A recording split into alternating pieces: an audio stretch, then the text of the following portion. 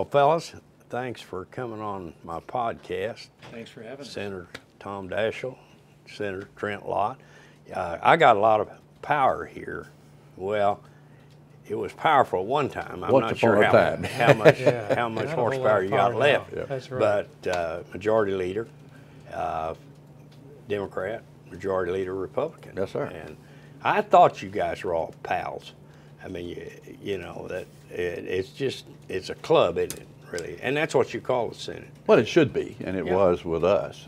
We developed quite a strong relationship, and I think that helped us get things done through some tough times that we talk about. I think you need, Trent and I talk a lot about the need for chemistry. You got to have chemistry to be able to work together to, you know, to try to find some common ground on some of the big issues we're facing. And unfortunately today, I don't think you see a lot of chemistry. And Why? Well, I think a lot of different reasons. The House and the Senate have gone back and forth several times, and so there's a competitive, you don't want to help the other side get either into the majority or stay in the majority. That's part of it. Part of it is the media has changed a lot. It used to be the media was the referee. Now they're the participants. The media, to me, wants to decide who's going. Exactly. And I truly believe that. Yes, sir. Yeah, no question. Now this media, my media is not that way. I'm trying to work my way into the big time. But one of the main things that Tom makes a point of most of the time is he describes the biggest problem in Washington as the airplane. Because it's gotten where it's too easy for members to come and go. They don't bring their families up here. A lot of them sleep in their offices. They work a day and a half, 2 days, maybe a week, you know, and they don't even sync their schedules. The House is in, the Senate's out, or vice versa. So that is, they don't really know each other the way we knew each other. We used to socialize together. Our families knew each other. That has really had a profound impact. But Trent, both of you guys live up here. Yes, sir, and we did. We brought our families up here.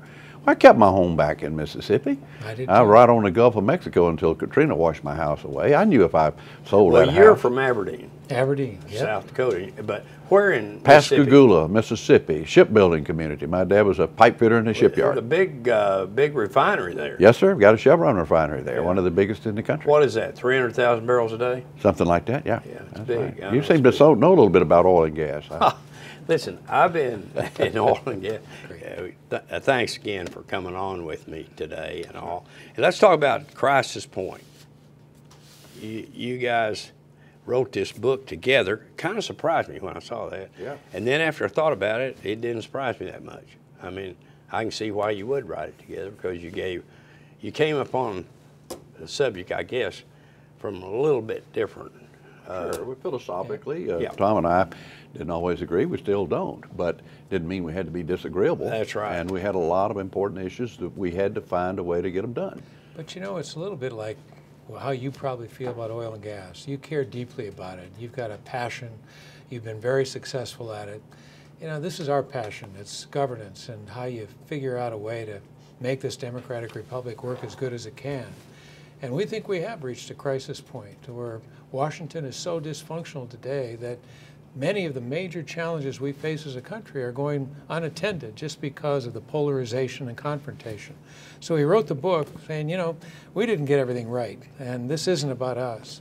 But we learned a few things that we think might be applicable and have some ideas that we'd like to share, and that's really what the book does. Well, do these guys listen to you that are in there now? Well, just like last night, we had dinner with the Senate Chiefs of Staff and Legislative Directors. Now, these are men and women that are right there next to the senators and help them and work with them.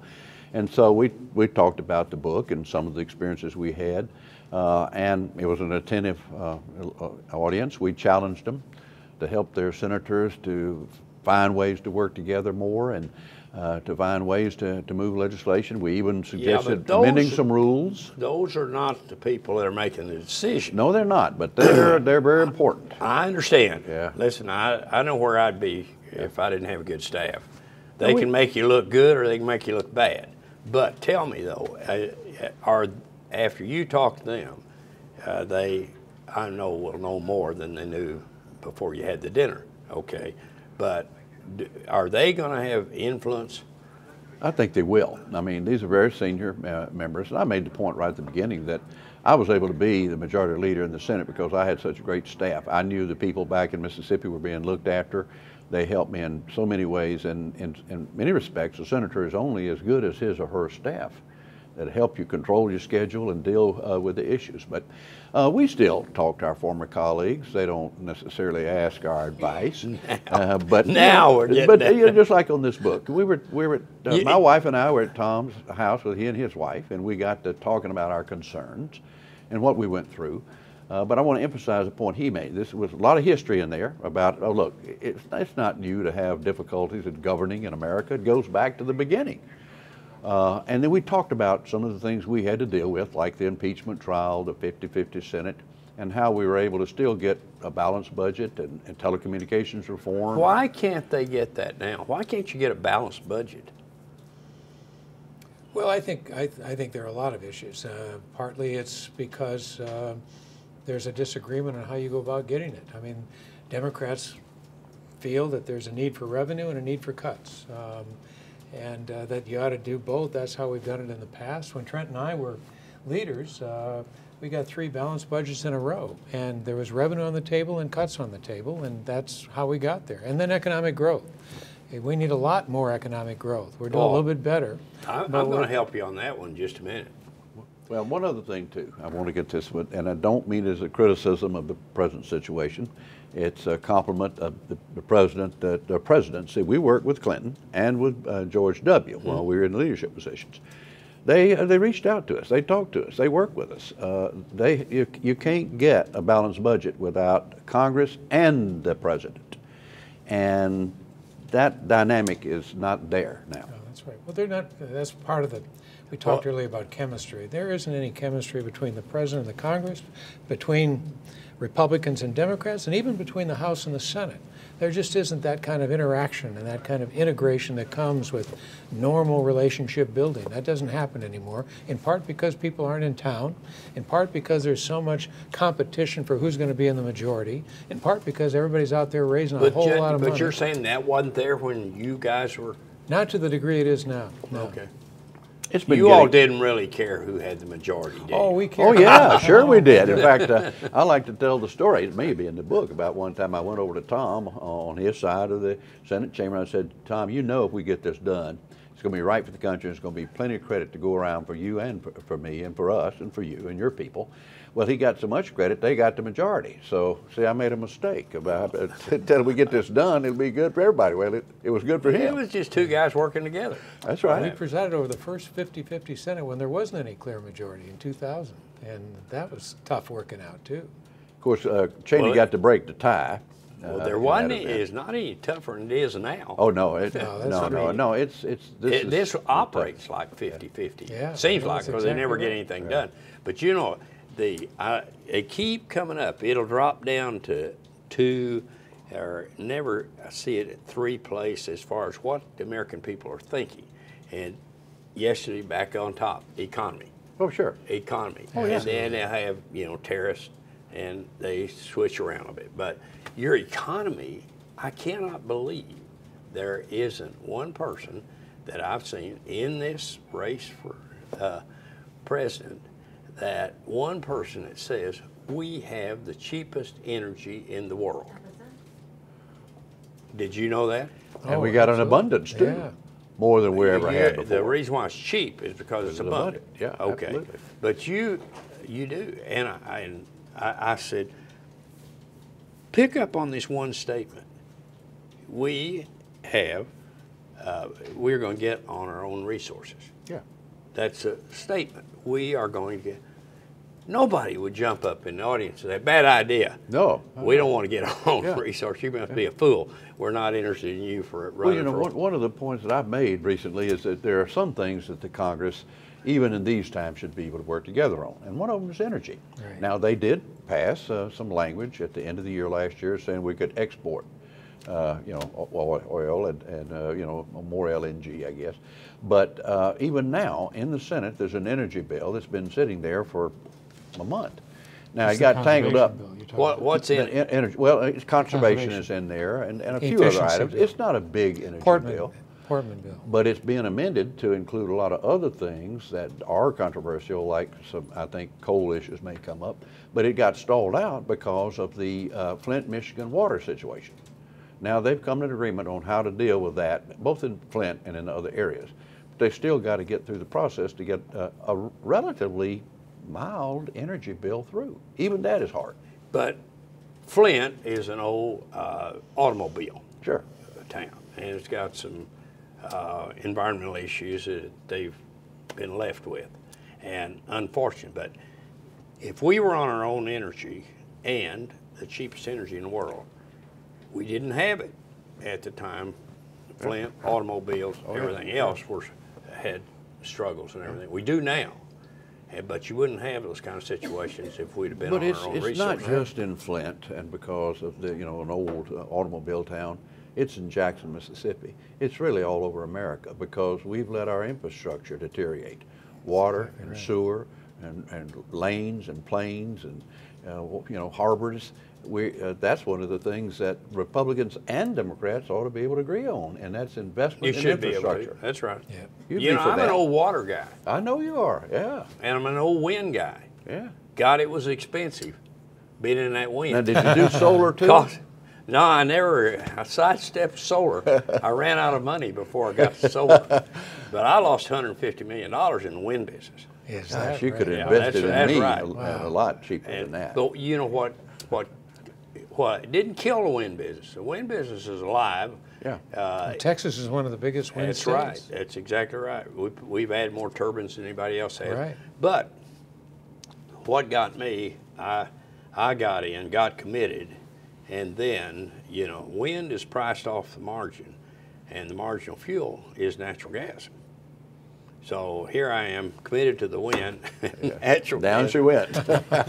Natural gas. Well, when I went up to $6 natural gas will just make the wind work. When I flew up to South Dakota last year for Tom, when we were coming into land, there are a lot of windmills. Right there, yeah. I don't think they're in South Dakota, were they? No, they're in Minnesota, just on the Minnesota. western border, right before you get to South Dakota. The United States has the best wind in the world, most consistent wind in the world. Mm-hmm. You take from Texas to the Canadian border, and you could That's a funnel, isn't it? Yeah. You could put all the wind power you wanted to there, and those landowners, they want it. Do you think someday we'll get there? I do. I do too. Yeah, I think you will. Yeah. But you have to have the fuel price when the wind's not blowing. Right, exactly. But you've got natural gas for 150 years. Yeah. And it's cheap. I mean, really, seriously cheap. It's so amazing. We were working not too many years ago on importing LNG. Now we're reverse engineering, and we're going to export LNG. No, but you know what happened on that? That was at Cheniere plant down at Lake Charles, Louisiana. Yeah, sure. And that plant was designed to receive LNG. Yeah. Never took but one load. And then the whole thing collapsed. Amazing. Can you imagine being lucky enough, though, to have Cheniere plant there and flip-flop it? Yeah. And now they've changed it, and they're exporting out of there. That's terrific. My timing has never been that good. It's been pretty good over the years. You've done a few things right. Well, yeah, okay. But I have said, and I think I'm being honest about myself, my direction has always been good. My timing is questionable. Back to the book, I want to also emphasize, though, that the problem in America and here in Washington is not just with our legislative process. There's a problem across America too. People are not voting. The amount of money that's required in campaigns now. 38% of the people voted in 2014, according to the statistics that Tom has. So we also talk about the need for more involvement by the American people. How do we make it to give them courage to vote? We recommend they move elections to Saturday. Why do we have it on Tuesday? There's a history on that, but it doesn't apply anymore. Why do they? It was something about going to market. Do you remember that story, Tom? What's that? Oh yeah, on Tuesday. that was when people came to town back in the original when the colonies moved to states. But there was a lot of commerce done, and it had a lot to do with the marketplace on Tuesdays. On Tuesday. We also think that the system we're going through here now with the primaries, they go on so long, they cost so much. It's just not, in my opinion, a wise system. Why would we want to go to a single primary? It hires a lot of people. Well, yeah, but very you hire expensive. people, it costs money. And if somebody has to raise that money, and when you spend all your time raising money, you're not spending a whole lot of time dealing with the budget or well, oil you and know gas. about that because I mean that's So too many recommend people that kind of change take it. for granted that this Democratic Republic is just going to be around, that they don't have to do anything. You don't have to. There's nothing you have to do to give back. And you know, part of what we talk about in the book is citizen responsibility. You either have to fight for it or work at it. And fortunately, none of us have had to fight for it, but you sure have to work at it. And everybody has a role. So you were never in service. I served 3 years in the Air Force, but I wasn't in combat. I was. You weren't. See, I was a guy that's unbelievable. I was a little too young for World War II, and so didn't. And then we come up to Korea, and I married, have a child. I'm working as a geologist. I never will forget the letter they wrote to the draft board, Phillips Petroleum did, about how I was so important as a geologist to be able to find this oil that, you know, that our Army and Navy needed. And I had this. You should have saved that letter. I've got it. I thought, whoever wrote this letter? Well, my dad didn't serve in World War II because he was working in the holds of those ships and building ships at Pascagoula. Yeah. And that was considered an essential job, of course. My dad was on D-Day +1 in the Battle of the Bulge. Oh, really? Oh, man. Listen, one of my partners battled Bulge. Yeah. And he was 82nd Airborne. Yeah. And but I said, I lean on you, Lott, and that was his name, Lott and Clark. I said, I lean on you as you're my war hero. Yeah. And if I'd have been 2 years older, I would have been there with you. Yeah. But let's talk a little bit about, do you think the majority leader, Mitch McConnell, did the right thing on announcing the replacement of our recent lost justice? I somehow didn't think that was a good idea. Well, you know, you put us in a little bit of a tough position because, you know, we tried in the book not to just second guess or undermine the current leaders. They're in the arena, and we're not. We don't want to be in the stands throwing rocks at the people on the field. However. So you want to dodge this question? No, I'm going to answer it. I know Mitch well enough, and I have enough faith in him that there's a backstory. There's a lot that went on in that decision maybe we don't see here. I probably wouldn't have done it. I think I would have waited. I like the old motto, wait till you see the whites of their eyes. I would have wanted to wait to see what Obama did. I think the odds are he would have and may yet come up with somebody that's totally unacceptable. Senate doesn't have to vote. Yeah, I thought just don't say anything. Yeah, that would have probably been where I've been inclined. It doesn't inclined. mean you're going to do anything. I just guarantee you that if it was President Bush or President Reagan, Mitch McConnell would have had a different answer. He would have had a different strategy. What happens is that these speeches now are so interchangeable. Harry Reid and Mitch McConnell just give each other speeches depending on who's in the majority and who's in the minority. Well, you think they're saying the same thing? Absolutely, they're It just saying depends on exactly the the same thing, but circumstance, it just depends on the circumstance, you know. And so, you know, you've had 13 occasions where, so far in history, where in the last year of a presidency, a president has nominated and had his nominee voted on. 13. So this isn't anything new. No, it's not. And, I know that. So I'm like Trent. I think that, you know, there ought to have been a vote. You don't have to vote for the person. No. But bring them up. You know, that's part of the process. Keep everything moving. Absolutely. Yeah. But let me just say that this is really an important appointment, because it could very well tip the Supreme Court one way or the other, and maybe even for a long time. So, you know, I used to take the votes on federal judges and particularly Supreme Court justices very seriously. Most of the time I voted for them because elections do have consequences. And I do think presidents have a constitutional responsibility to send up a nominee, and I tried to give those presidents the benefit of the doubt.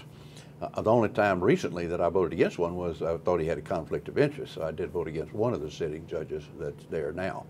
But you know, this is really big. Well, but you say this is at a critical time. Oh, yes, it sir. could flip the court. Oh, absolutely. Well, flip the court. He's talking about to you, away from him. See, we don't totally agree on everything. Well, I mean, I think we agree on the process. Yeah, and, we do. You know, we may come out in a different place on whoever the nominee is and whether he ought to be the next nominee. But that's I think what you're asking is, should that process be allowed to go forward? And I think we would both say probably. But that doesn't. You know, you ultimately have to make a decision. You can use. I use basically the same criteria that Trent does. But you know, there will be some who say, you know, I want a conservative or I want a liberal, and that's all I'm going to vote for on the court. And you know, everybody can make up their own mind. Cruz said from Texas. Yeah, exactly. He may wind up on the court. You want to bet? Well, Anything to get him out of the Senate. That's what I was had in mind. There you go. All right, go to the presidential race. Would you have believed? See, I say this, and I think it's funny, and nobody ever laughs, so I'm going to try it on you. But if I'd have died 10 years ago, and I'd gone to heaven, of course, and you had died yesterday, and you'd come to heaven, I'd say, Tom, tell me, bring me up to date on what happened on a political scene. And you told me, I would wonder how a liar like you could have got in heaven. Yeah. I mean, I would not have believed you if you had told me. Would you? No. I mean, this has been the weirdest election year I've ever seen, and I've been watching American politics and government in Washington pretty closely for about 50 years now, and this has just amazed me. Now, I've been for Kasich all along, and I think Tom will tell you pretty quickly he's for Hillary.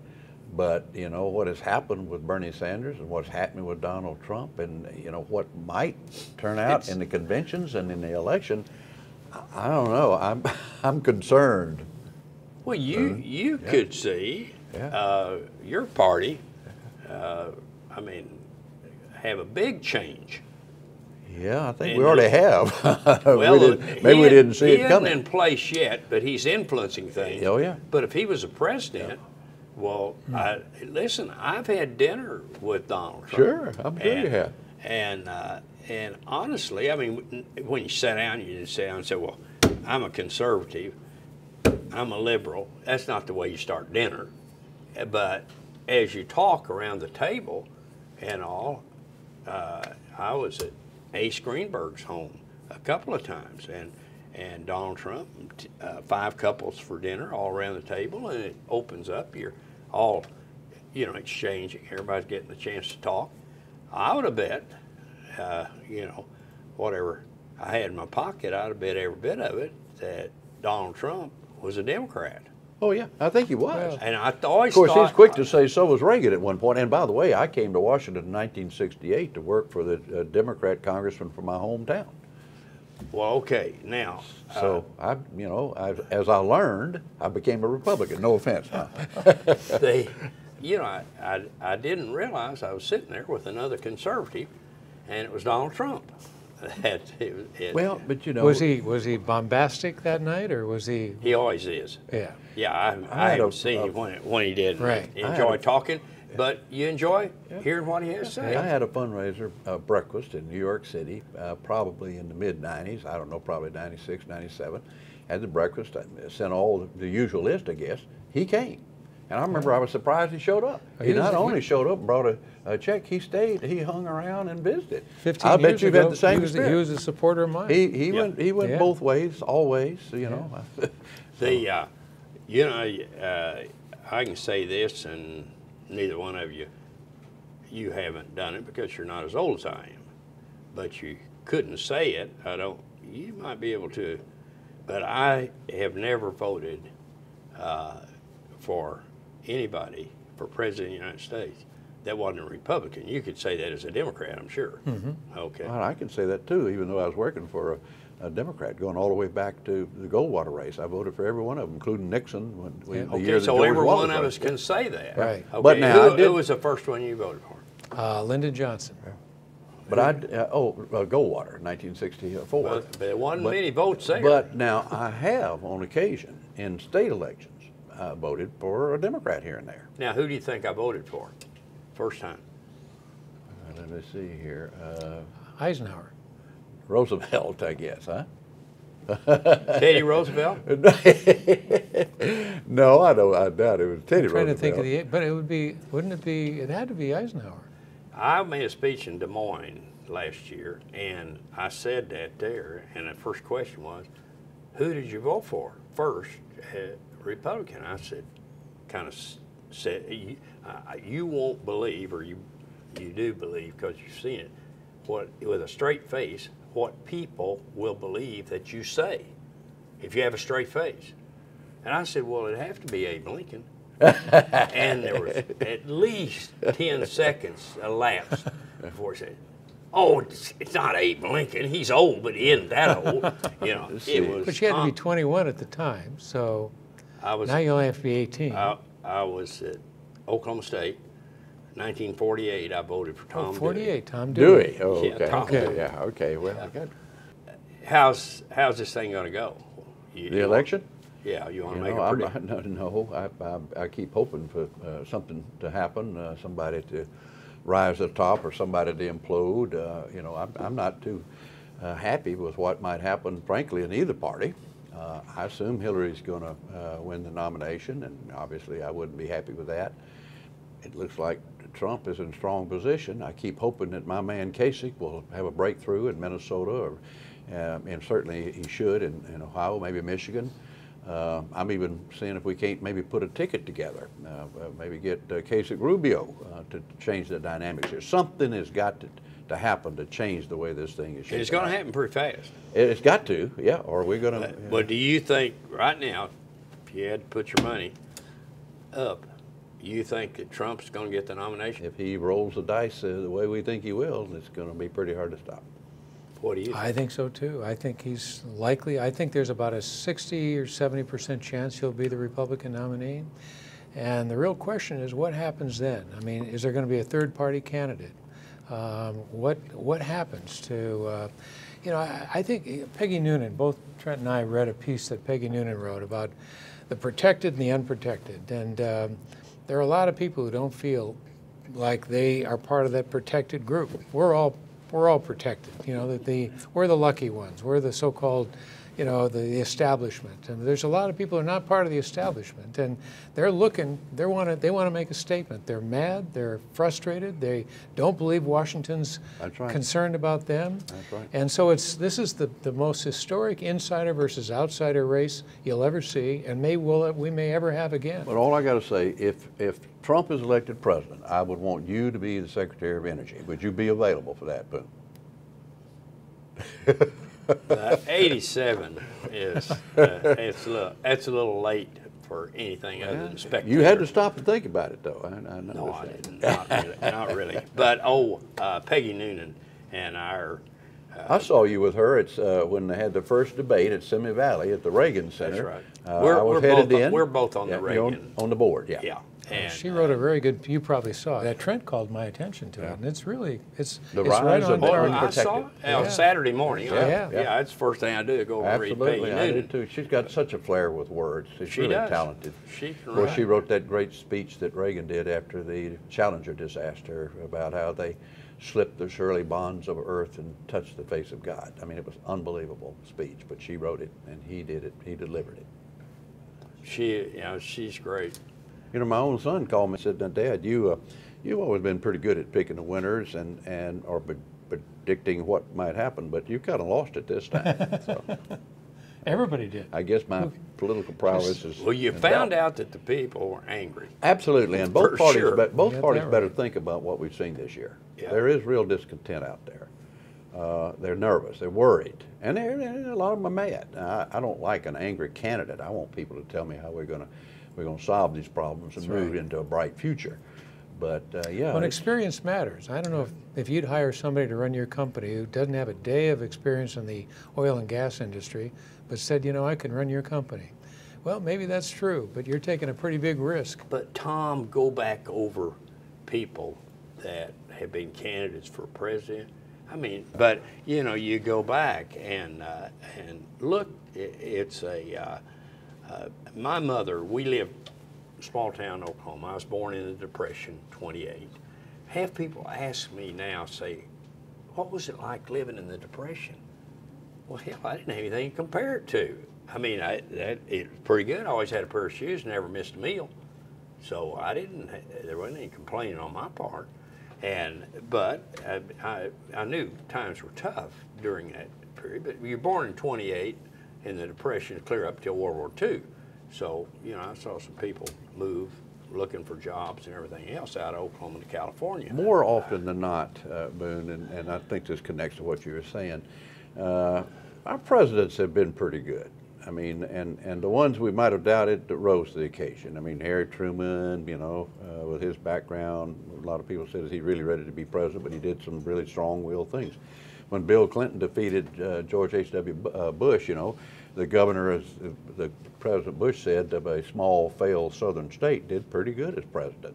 And of course, Reagan was my inspiration. I loved working with him. Yeah, but Reagan didn't show us how great he was. No. Till after he got at the That's controls. true, but he had been governor of a big state, right. and he had a message, he had a vision. You know? All right, I want to tell you, I remember what it was.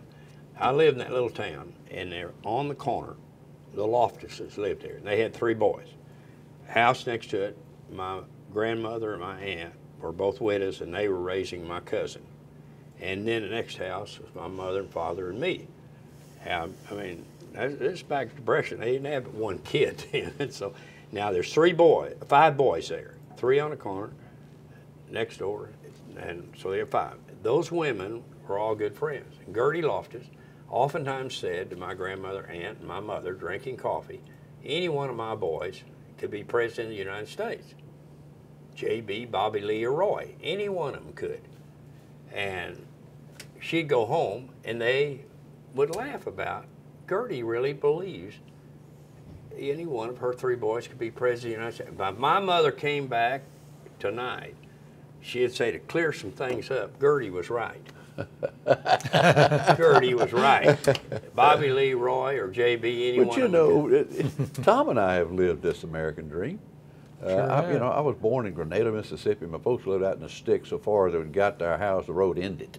My dad worked in shipyard, as I said. My mother taught school. We lived in a 4-room house. I never felt poor, but we were at the best, you know, low middle income.